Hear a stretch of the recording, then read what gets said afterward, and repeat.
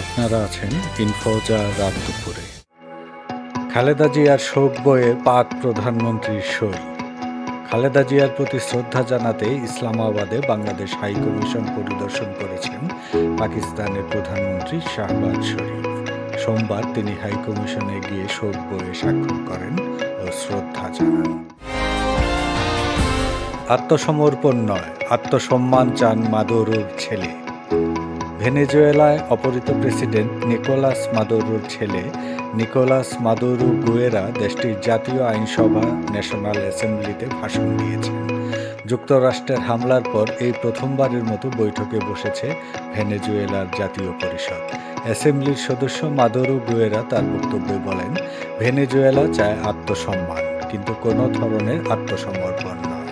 খবর Al Jazeera. রাউজানে Jubodal নেতাকে বাসার সামনে গুলি করে হত্যা।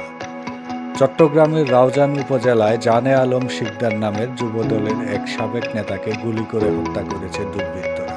এরপর দ্রুত পালিয়ে যায় তারা। গুলিবিদ্ধ অবস্থায় মাটিতে লুটিয়ে পড়ার কয়েক মিনিট পরই তার মৃত্যু হয়।